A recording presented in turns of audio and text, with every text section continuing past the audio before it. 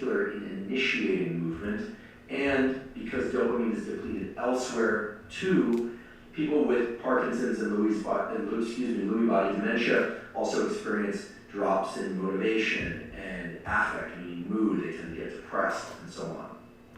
When those people are properly treated, they can, not always, but they can recover some fluidity of movement, some ability to initiate movement, and almost without question, those people feel better psychologically, not just because they can move, but also because dopamine impacts mood and motivation. So what are the underlying neural circuits?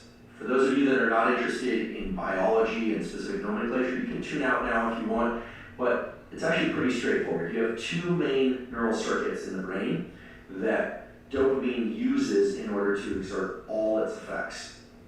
The first one is a pathway that goes from here, let me do the intro first. Sorry, guys. Hey, guys, welcome to Dream Journal, episode 66, I believe. This is your host, Korean Christmas, turning your dreams into reality. So we're continuing with the self-portrait challenge. Sorry I fell off a little bit.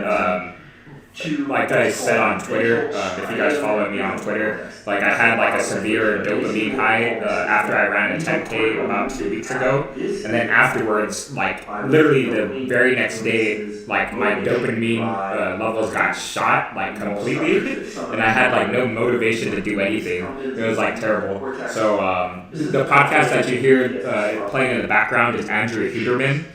He'll be talking about like dopamine levels and like how it influences like what you're capable of doing, and like how like after achieving a goal or like getting like some kind of dopamine high, like it balances out by having like a low period afterwards. So yeah, that's actually what happened to me, and I think it was like pretty interesting. Like how the human mind kind of works. So yeah, go ahead and listen to the podcast, and hopefully you guys enjoy the stream. Let me just turn the volume down a little bit, and then we'll get started. Called the dorsal striatum. This is not surprisingly called the nigrostriatal pathway. For those of you who have never done any neuroanatomy, I'm going to teach you a little trick right now. Everything in neuroanatomy, the first part of a word tells you where the neurons are. Okay. Nigrostriatal pathway means that the neurons are nigra and they connect to the striatum, nigrostriatal pathway. So while it's a lot of language, there's some logic there. Okay? So we've got these two pathways, one mainly for movement, right? This is the substantia nigra to dorsal striatum, and we've got this other pathway, the so-called mesocortical limbic pathway, that's for reward, reinforcement, and motivation. I want you to remember that. So yeah, I'm going to be drawing a little cartoonish type picture. So recently I've been like finding inspiration online for my drawings. So I'm going to be using some online inspiration. The brain and body can differ, meaning it can be very local or it can be more broad. Now, most of you have probably heard of synapses. Synapses are the little spaces between neurons, and basically neurons, nerve cells, communicate with one another by making each other electrically active or by making each other less electrically active. So here's how this works. You can imagine one nerve cell and another nerve cell with a little gap between the little synapse. And the way that one nerve cell causes the next nerve cell to fire, what we call fire release, to become electrically active, is that it vomits out these little packets, what we call vesicles, they're little bubbles filled with a chemical. When that chemical enters the synapse, some of it docks or parks on the other side, the other neuron, and by virtue of electrical changes in the what we call the postsynaptic neuron, that chemical will make that neuron more electrically active or less electrically active. Dopamine can do that like any other neurotransmitter or neuromodulator. So it can have one neuron influence another neuron, but dopamine can also engage in what's called volumetric release. Volumetric release is like a giant vomit that gets out to 50 or 100 or even thousands of cells. So there's local release, what we call synaptic release, and then there's volumetric release. So volumetric release is like dumping all this dopamine out into the system. So dopamine is incredible because it can change the way that our neural circuits work at a local scale and at a very broad scale. And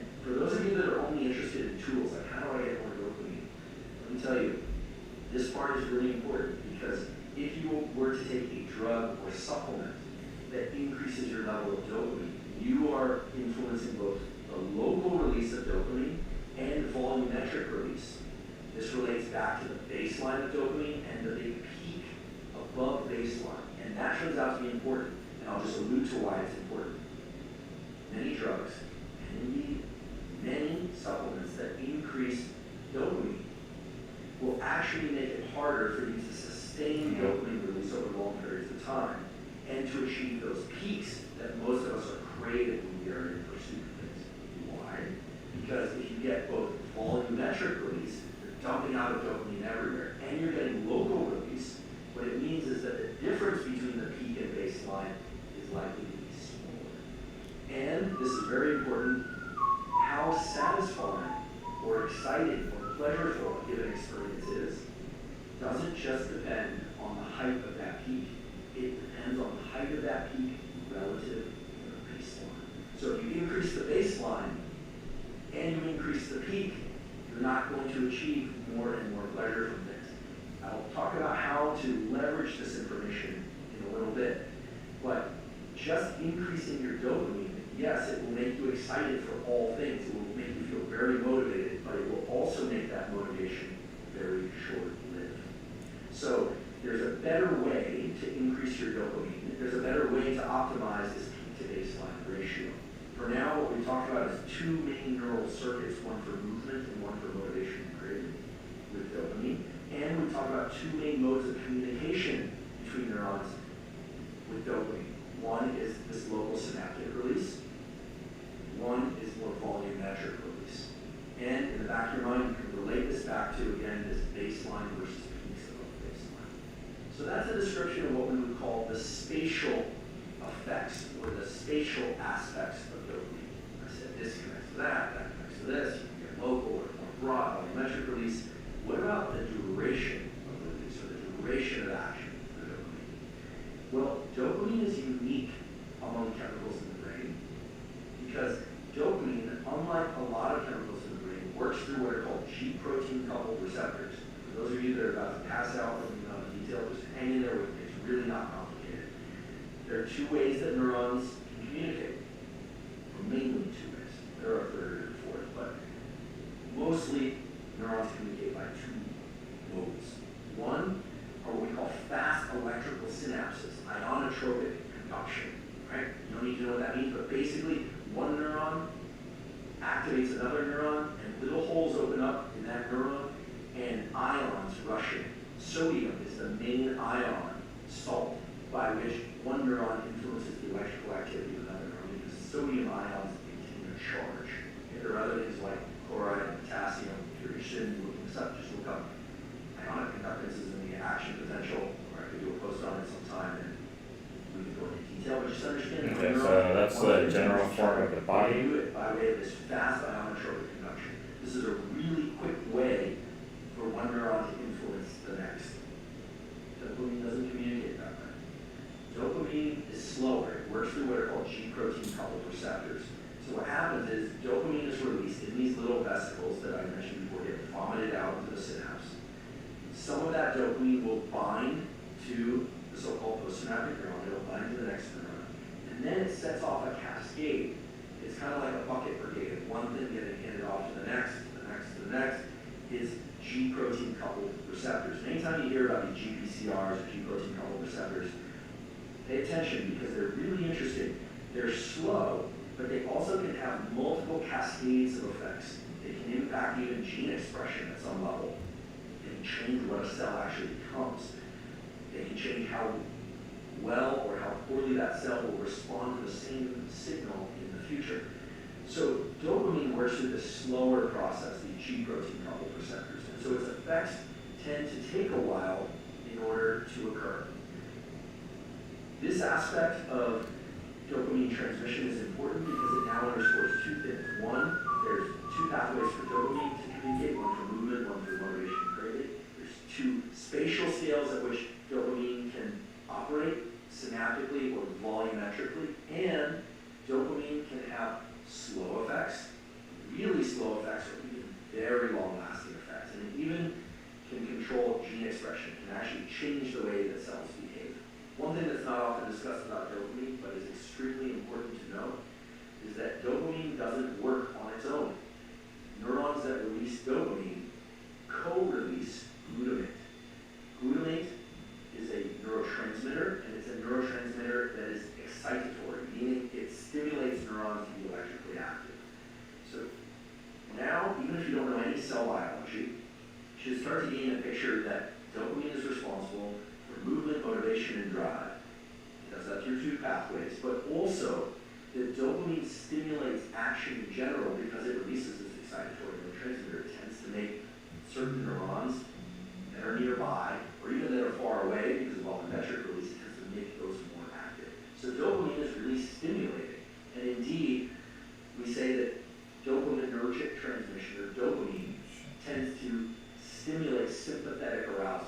Sympathetic doesn't have anything to do with sympathy. It just simply means that it tends to increase our levels of alertness. It tends to bring an animal or a human into a state of more alertness, readiness, and desire to pursue things outside the confines of its skin. So if I were to just put a really simple message around dopamine, it would be there's a molecule in your brain and body that when released tends to make you look outside yourself, pursue things outside yourself, and to crave things outside yourself. The pleasure that arrives from achieving things also involves dopamine, but is mainly the consequence of other molecules. But if ever you felt lethargic and just lazy and had no motivation to drive, that's a low dopamine state. If ever you felt really excited, motivated, even if you're a little scared to do something, maybe you did your first skydive, or you're about to do your first skydive, or you're about to do some public speaking, and you really don't want to screw it up, you are in a high dopamine state. Dopamine is a universal currency in all mammals, but especially in humans, for moving us toward goals, and how much dopamine is in our system at any one time compared to how much dopamine was in our system a few minutes ago, and how much we remember enjoying a particular experience of the past. That dictates your so-called quality of life and your desire to pursue things. This is really important. Dopamine is a currency, and it's the way that you track pleasure. It's the way that you track success. It's the way that you track whether or not you are doing well or doing poorly. And that is subjective. But if your dopamine is too low, you will not feel motivated. Come on, why are you If freezing? it's really high, you will feel motivated. And if your dopamine is somewhere in the middle, how you feel depends on whether or not you had higher dopamine a few minutes ago or lower dopamine. This is important.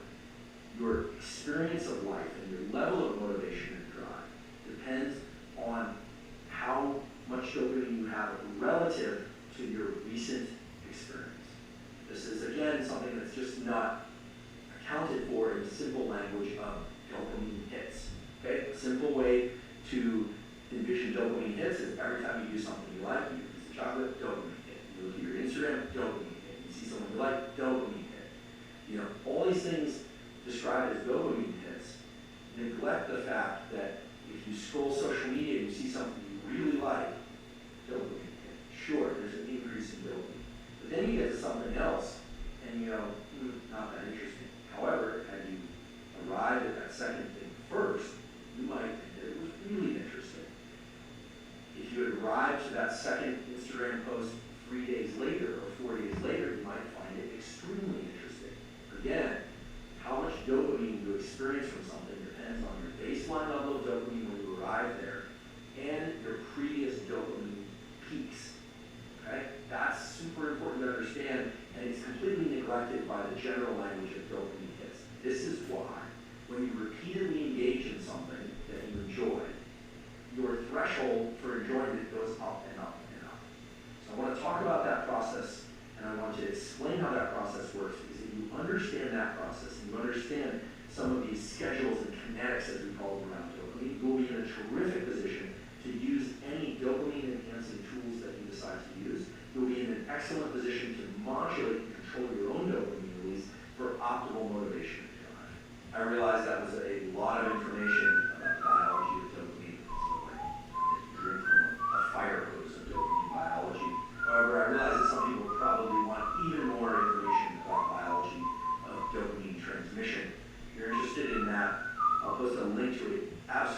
bestseller review that was published in Nature Reviews Neuroscience called Spatial and Temporal Scales of Dopamine Transmission.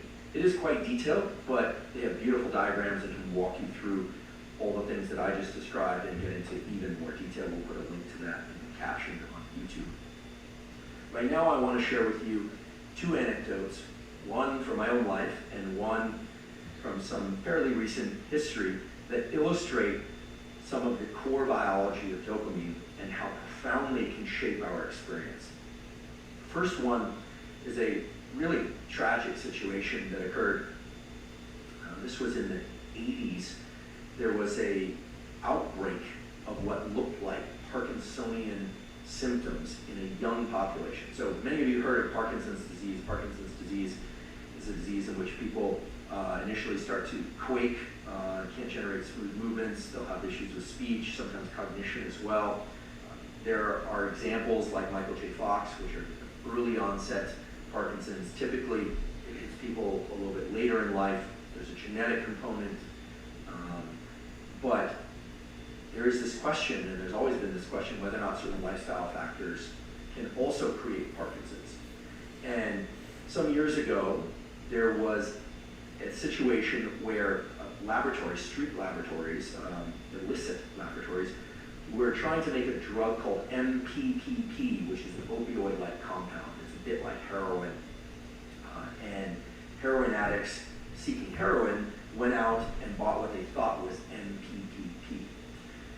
Unfortunately, it was not MPPP. It would have been tragic if it was anyway, because they were drug addicts, but what they ended up taking turned out to be a lot worse. What they ended up taking was MPTP, and MPTP can arise in the synthesis of MPPP.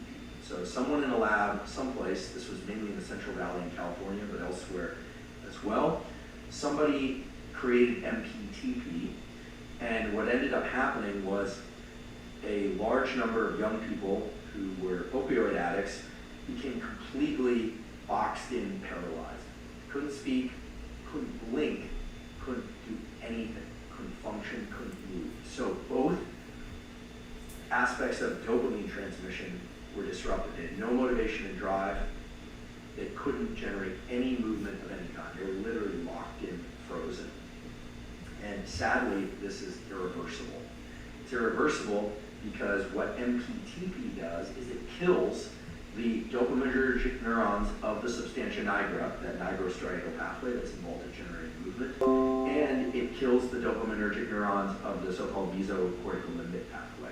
I was in college when this whole MPTP thing happened, and I remember hearing this story. At the time, I had no understanding of what it is to have very high levels of dopamine or extremely depleted levels of dopamine. There was no reason why I should have that understanding. I mean, of course, I had experienced different pleasures of different kinds, and I've had lows in my life, but nothing to the extreme that I'm about to discuss. I got Giardia. And Giardia is a stomach bug that, if any of you have ever had it, it is terrible. It's terrible diarrhea. You end up very dehydrated very quickly. You drop a ton of weight, and it is extremely unpleasant. I ended up going to the emergency room, and in the emergency room, I begged them for something to stop up my guts, and they gave it to me. They put a saline line in to rehydrate me, and they injected something into the saline bag, and within minutes, I felt more sadness, more overwhelming sense of depression, basically lower than I'd ever felt in my entire life. It was absolutely profound. I was crying endlessly without knowing why I was crying. I was miserable. And I asked them, what did you inject? And they said, we injected Thorazine. Thorazine is an antipsychotic drug. It's actually used to block dopamine receptors. It's what's given to people who have schizophrenia. Often it's given to people who have schizophrenia because schizophrenia involves, among other things, elevated levels of dopamine. It was horrible. The experience of it was miserable, unlike anything I'd ever experienced. And so I actually said to them, what did you give me? They said, Thorazine. And I said, you have to give me L-Dopa. You have to give me something to get my dopamine levels back up again. And they did.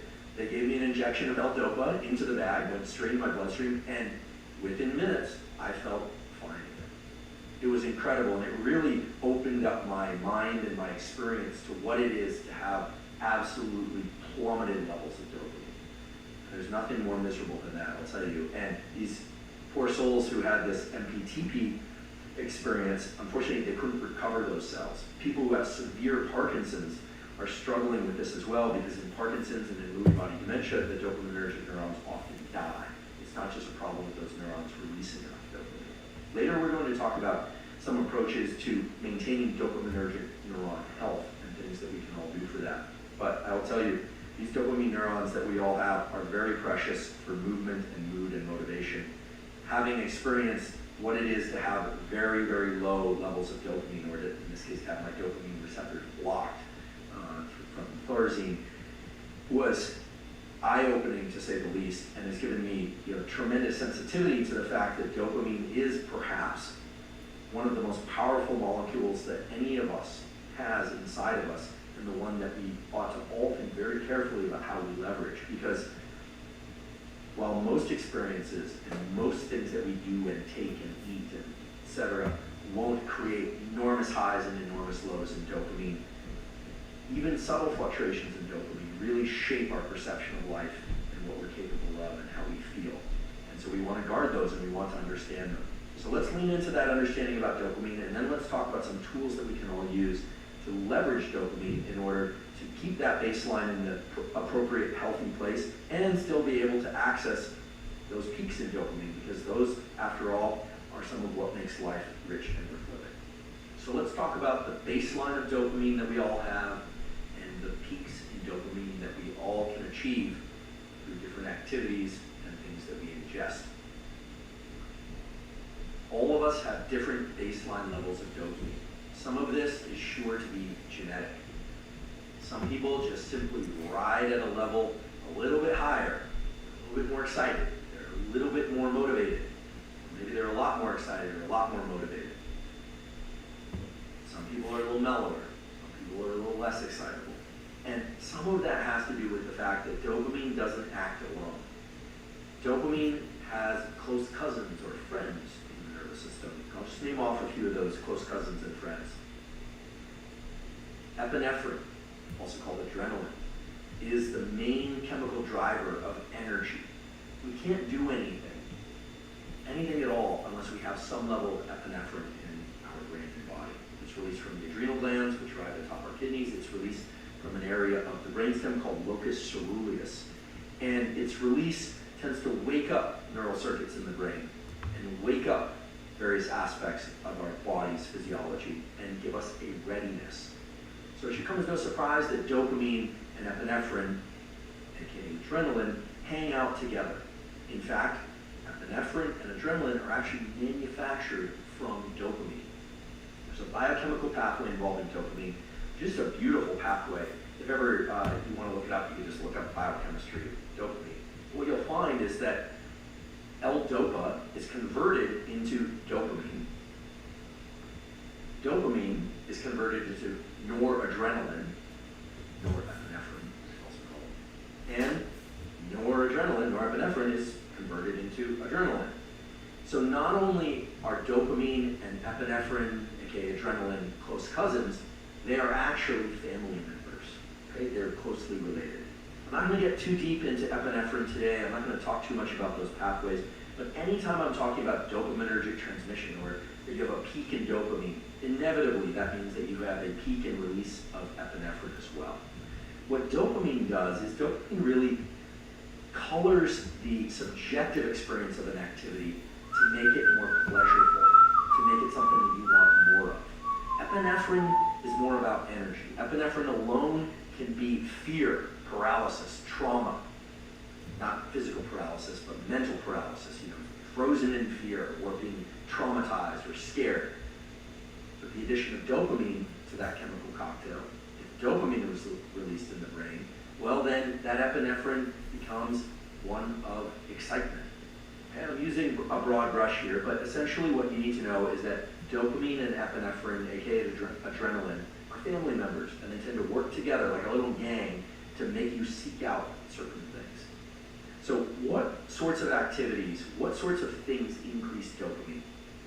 And how much do they increase dopamine? Well, let's take a look at some typical things that people do out there or ingest out there that are known to increase dopamine.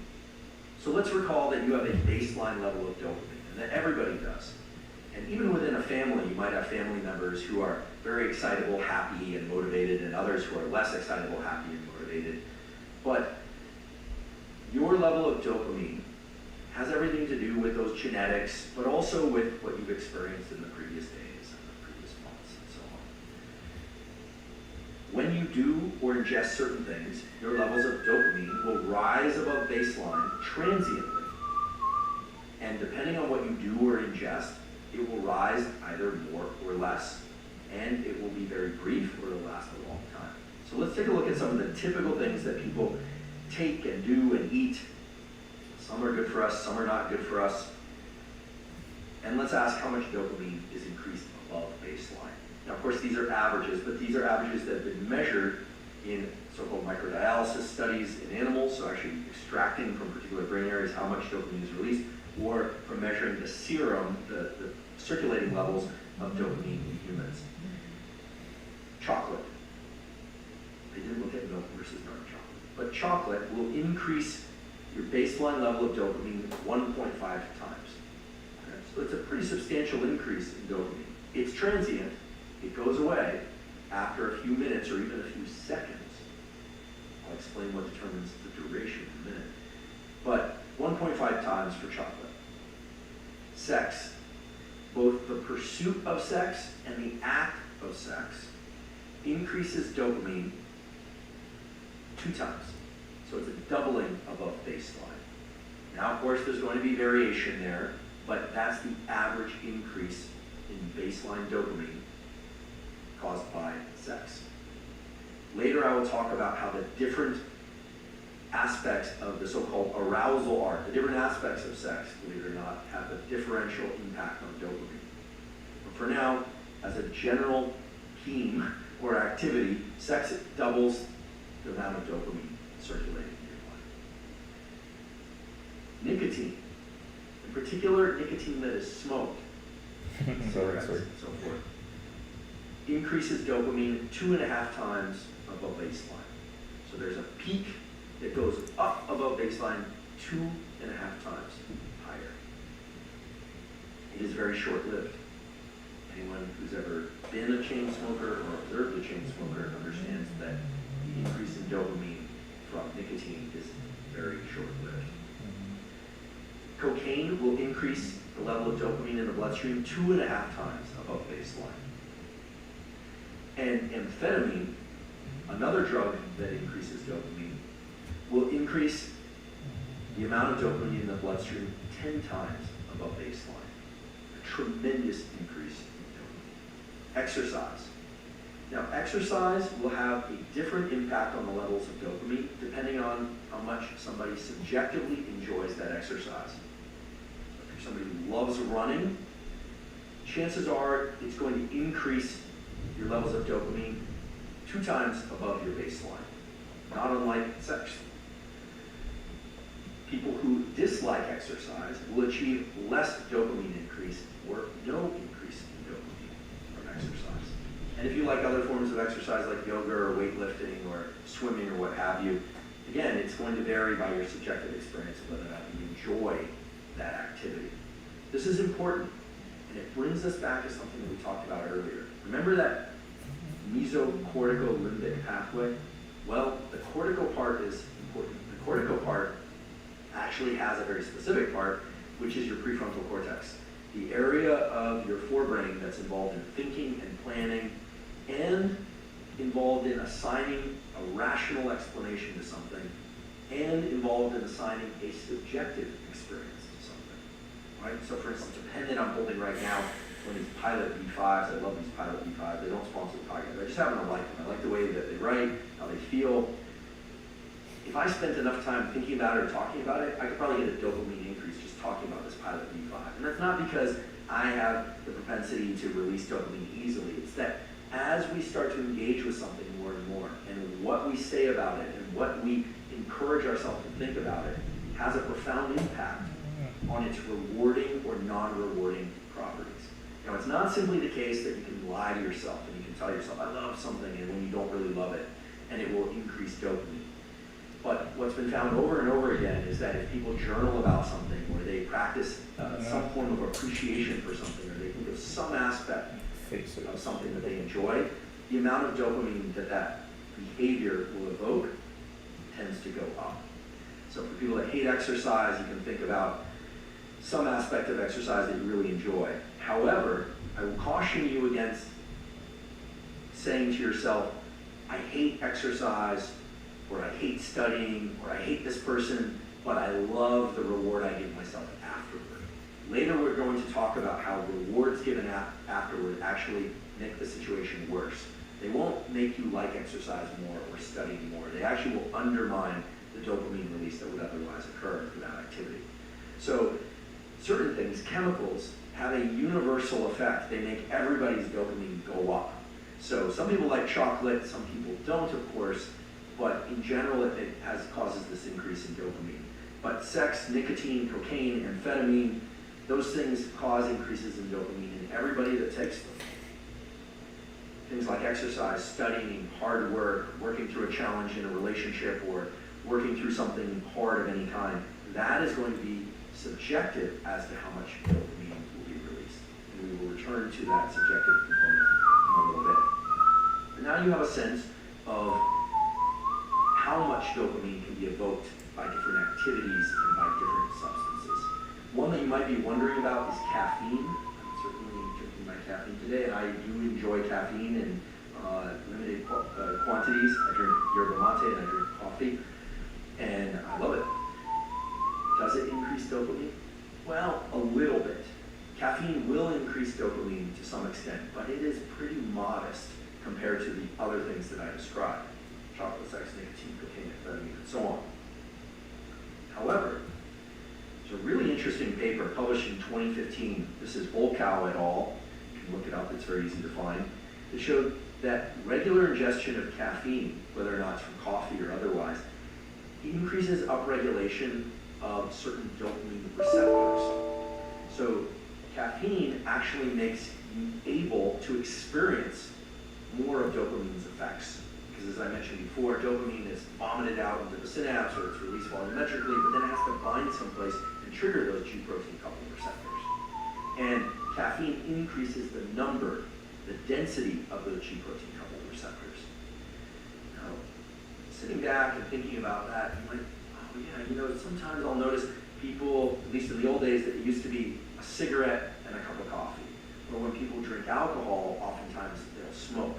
And it's well known that different compounds like alcohol and nicotine, or caffeine and nicotine, or certain behaviors and certain drugs can synergize to get bigger dopamine increases.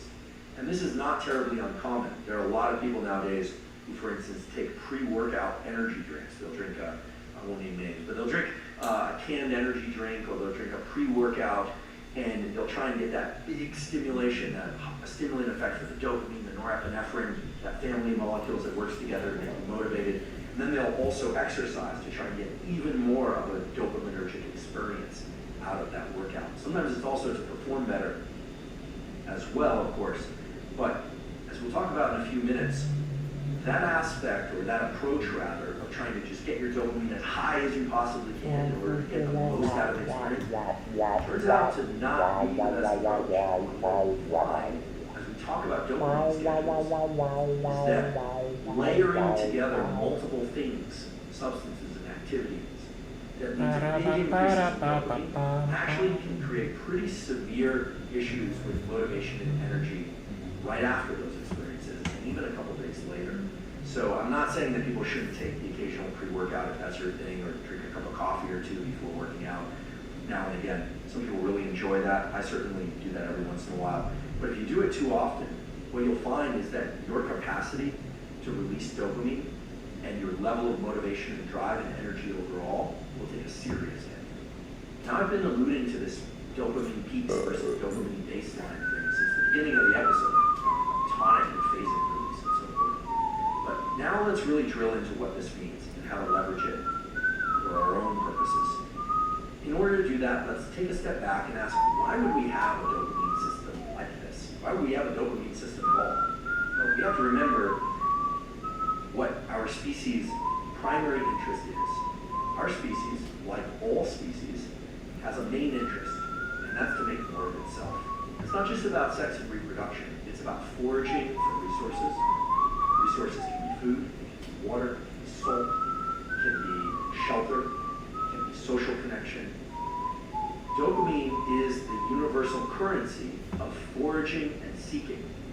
We sometimes talk about motivation and craving, but we mean in evolutionary adaptive context, what we mean is foraging and seeking water, seeking food, seeking mates, seeking things that make us feel good and avoiding things that don't make us feel good, but in particular seeking things that will provide sustenance and pleasure in the short term and will extend the species in the long term.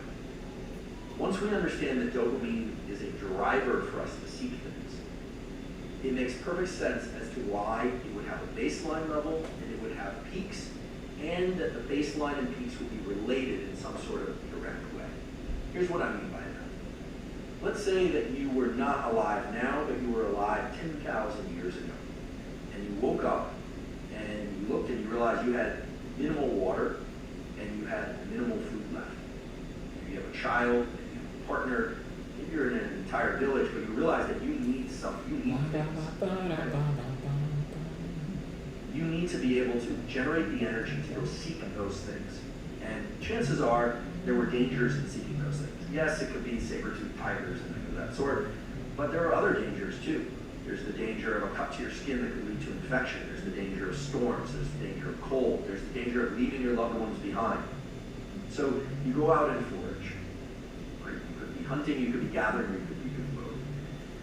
The going out and foraging process was, we are certain, driven by dopamine. I mean, there's no fossil record of the brain, but these circuits have existed, we know, for tens of thousands, if not hundreds of thousands of years, and they are present in every animal, not just mammals, but even in little worms like ciliates. The same process mediated by dopamine. So dopamine drives you to go out and look for things. And then, let's say you find a couple berries, and these ones are rotten, these ones are good.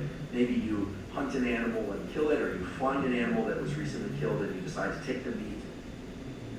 You are going to achieve, or I should say experience, some sort of dopamine release. You found the reward, that's great, but then it needs to return to some lower level. Why? Well, because if you just stayed there, you would never continue to forage for more. It doesn't just increase your baseline and then stay there, it goes back down. And what's very important to understand is that it doesn't just go back down to the level it was before, it goes down to a level below what it was before you went out seeking that thing. Now this is counterintuitive. We often think, oh, okay, I'm going to pursue the win. Modern day.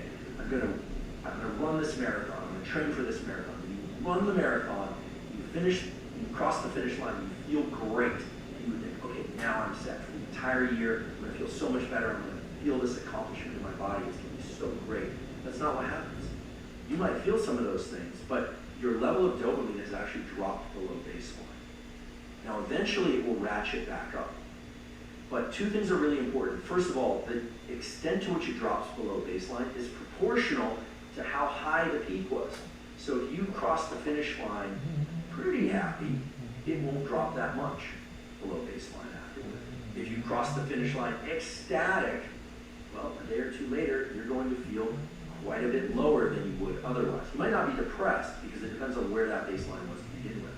But that so-called postpartum depression that people experience after giving birth or after some big win, a graduation, or any kind of celebration, that postpartum drop in mood and affect and motivation is the drop in baseline dopamine. This is very important to understand because this happens on very rapid timescales and it can last quite a long time. It also explains the behavior that most of us are familiar with, of engaging in something that we really enjoy, going to a restaurant that we absolutely love, or engaging in some way with some person that we really, really enjoy. But if we continue to engage in that behavior over and over again, it kind of loses its edge. It starts to kind of feel less exciting to us. Some of us experience that drop in excitement more quickly and more severely than others, but everyone experiences that to some extent. And this has direct roots in these evolutionarily conserved circuits. Some of you may be hearing this and think, no, that's not how it works for me. I'm just riding higher and higher all the time. I love my kids. I love my job. I love school. I love wins. I don't want losses. I agree.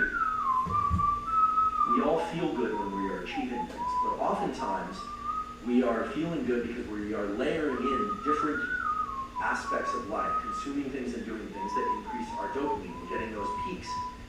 But afterward, the drop in baseline occurs, and it always takes a little while to get back to our stable baseline. We really all have a sort of dopamine set point. And if we continue to indulge in the same behaviors or even different behaviors that increase our dopamine in these big peaks over and over and over again, we won't experience the same level of joy from those behaviors or from anything at all.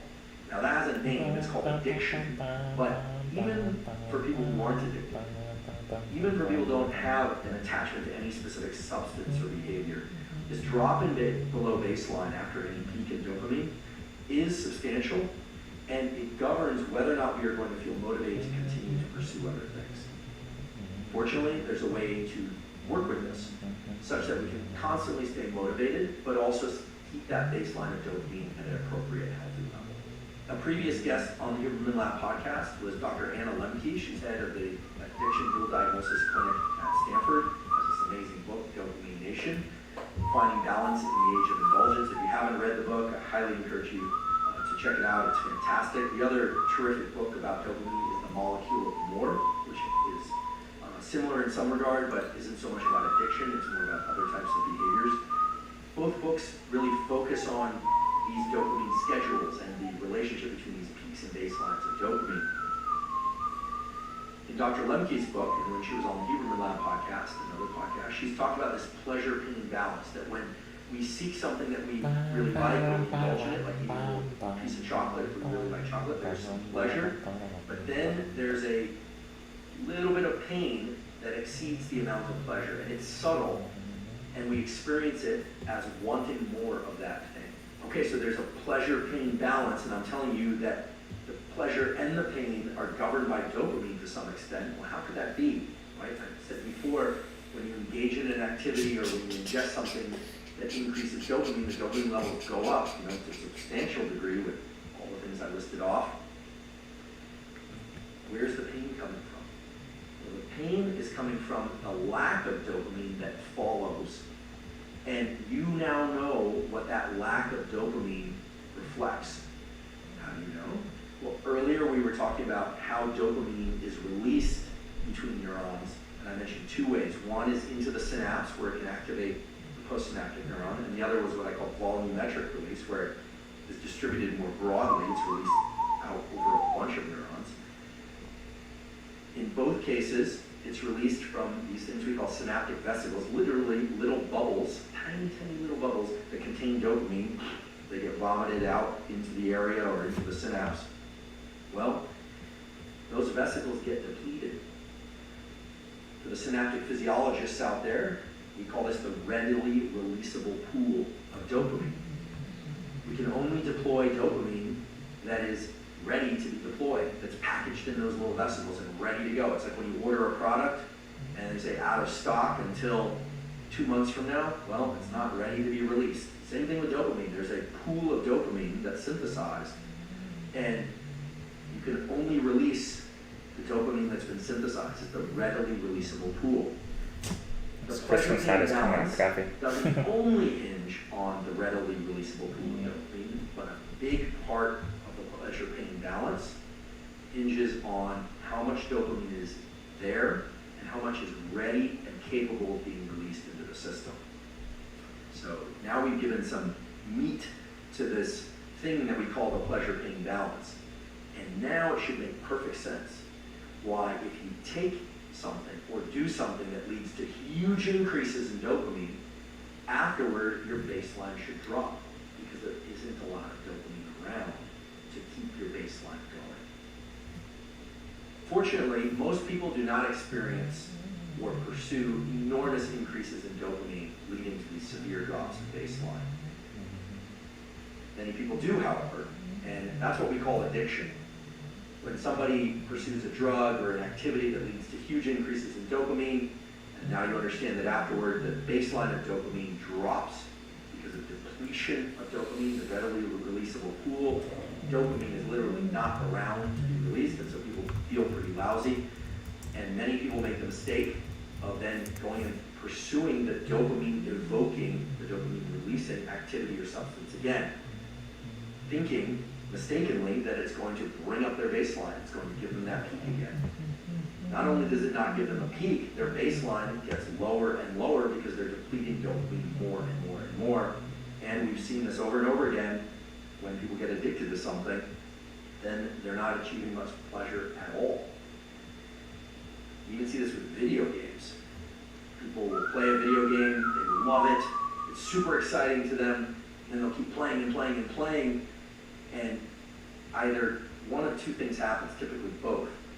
First of all, I always say addiction is a progressive narrowing of the things that bring you pleasure. So oftentimes what will happen is the person only has excitement and can achieve dopamine release to the same extent doing that behavior and not other behaviors. And so they start losing interest in school, they start losing interest in relationships, they start losing interest in fitness and well-being, and depletes their life. And eventually what typically happens is they will stop getting dopamine released from that activity as well. And then they drop into a pretty serious depression. And this can get very severe, and people commit suicide from these sorts of patterns of activity. But what about the more typical scenario? What about the scenario of somebody who is really good at working during the week, they exercise during the week, they drink on the weekends? Well, that person is only consuming alcohol maybe 1 or 2 nights a week, but oftentimes that same person will be spiking their dopamine with food during the middle of the week. Now, we all have to eat, and it's nice to eat foods that we enjoy. I certainly do that. I love food, in fact. But let's say they're eating foods that really evoke a lot of dopamine release in the middle of the week. They're drinking 1 or 2 days on the weekend. They are one of these work hard, play hard types, so they're swimming a couple miles in the ocean in the middle of the week as well. They're going out dancing once on the weekend. Sounds like a pretty balanced life, as I described it. Well, here's the problem. The problem is that dopamine is not just evoked by one of these activities. Dopamine is evoked by all of these activities. And dopamine is one currency of craving, motivation, and desire and pleasure. There's only one currency. So even though if you look at the activities, yeah, I'm just gonna leave it at that. Just on the weekends, or this is only a couple times a week. Not the best I could do, if but you looked at dopamine simply as a function, as a chemical function of peaks and baseline, it might make sense why this person, after several years of work hard, play hard, would say, yeah, I'm feeling kind of burnt out. I'm just not feeling like I have the same energy that I did a few years ago. And of course, there are age-related reasons why people can experience drops in energy, but oftentimes what's happening is not some sort of depletion in cellular metabolism that's related to aging. What's happening is they're spiking their dopamine through so many different activities throughout the week that their baseline is progressively dropping. And in this case, it can be very subtle. It can be very, very subtle. And that's actually